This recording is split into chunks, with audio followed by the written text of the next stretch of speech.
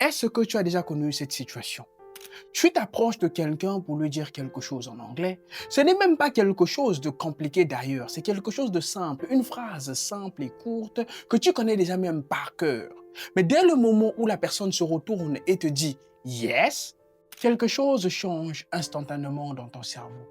La phrase qui était claire au départ devient tout de suite moins claire. Tu commences à bafouer, tu commences à chercher tes mots, tu as du mal à te souvenir de ce que tu voulais dire. Parfois, tu n'arrives tout simplement même plus à ouvrir la bouche pour dire ce que tu voulais dire. Et après ce moment, tu te poses des questions. Pourquoi j'ai bafoué comme ça? Pourquoi je suis devenu maladroit d'un coup? Pourquoi une phrase aussi simple est devenue difficile? Pourquoi mon anglais a disparu au moment exact où je devais parler? Mais ce que tu ne sais pas, c'est que ce qui vient de se passer n'est pas du tout quelque chose d'anodin. Parce que ce qui vient de se passer n'a rien à voir avec ton réel niveau d'anglais. Ce qui vient de se passer est arrivé parce que ton cerveau a transformé la perception de la personne en face et en a fait un juge de ton niveau d'anglais.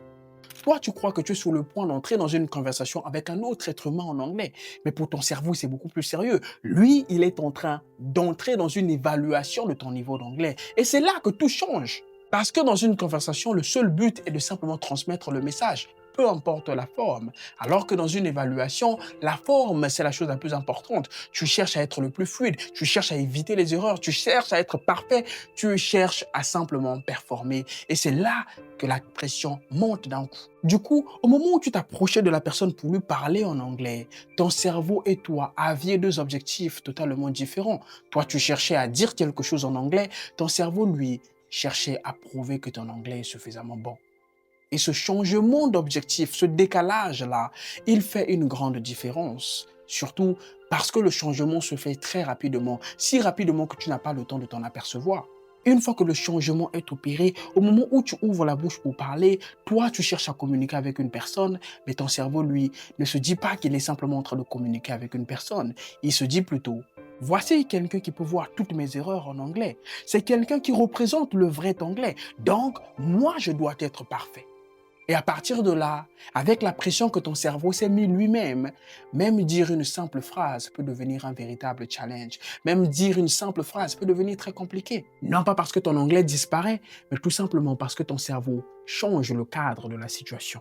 Toi, tu penses être dans une conversation, mais ton cerveau, lui, il est en train d'en découdre. Lui, il pense être dans un test. Et quand ton cerveau traite une conversation comme un test, même la phrase la plus simple, la plus facile à dire, peut devenir très lourde à dire. Et c'est ce que tu vis au moment où tu essayes de parler. Et c'est pour ça que tu es bloqué. Ce sentiment de blocage que tu ressens là, c'est ton cerveau qui cherche en fait tout simplement à performer, qui cherche à être le meilleur, le plus impressionnant possible. Et la conséquence de ça, c'est que paradoxalement, il n'arrive plus à trouver les mots, même les plus simples, même celles que tu avais en tête juste quelques secondes auparavant.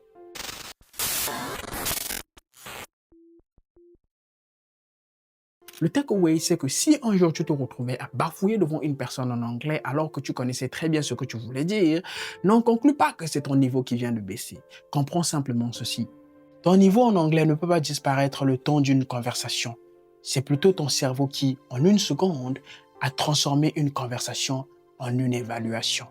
Et j'espère qu'avec ça, tu y vois plus clair dans ces moments de doute que tu peux traverser dans ton apprentissage. N'oublie pas qu'ici, je cherche à t'expliquer comment est-ce que ton cerveau fonctionne pendant que tu es en train d'apprendre une langue afin que tu y parviennes le plus rapidement possible et que tu obtiennes les meilleurs résultats possibles. Si c'est une topic qui t'intéresse, n'hésite surtout pas à t'abonner à cette chaîne. Je te retrouverai la semaine prochaine pour une nouvelle vidéo. Prends donc bien soin de toi d'ici là. Ciao.